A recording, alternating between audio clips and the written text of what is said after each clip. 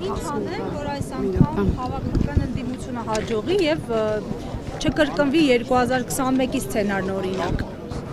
Ես բազմիցս եմ հայտարարել, որ ընդդիմադիր ազգային ուժերի ղեկավարները պետք է մի կողմ թողնեն իրենց անձնական համակրանքներն ու հակակրանքները,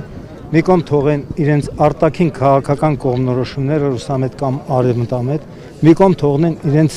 ապագա պաշտոնի հավակնությունները, համախմբվեն, ձևավորեն հզոր մի քաղաքական միավորում, դաշինք եւ մինչեւ այս տարվա գարնան վերջը պետք է ոտքի անել մեր ժողովրդին ու կազմակերպել աննազանդություն գործող ապազգային թրքամետ իշխանությունների։ Ընտրություններով չեք հավատում։ Մինչև ընտրություններով էլ հնարավոր, բայց լավագույն տարբերակը Նիկոլը փողոցով եկել է, փողոցով էլ պետք է գնա։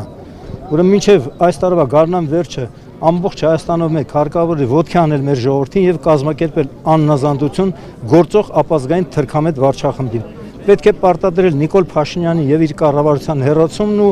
գործող ազգային ժողովի լուծարումը։ Կար ժամկետի համար ձևավորել ժամանակավոր անցումային կառավարություն, որը կնախապատրաստի եւ կկազմակերպի ազգային ժողովի արդար օրինական ընտրություններ։ Բնականաբար մենք ակնկալում ենք, որ իշխանության եկած նոր իշխանություն ձևավորող ազգային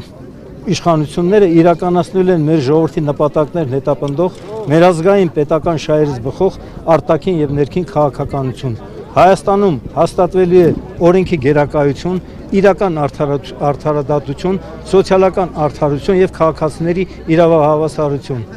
Ազատ են արձակվելու Նիկոլ Փաշինյանի հրանգով եւ քաղաքական պատվերով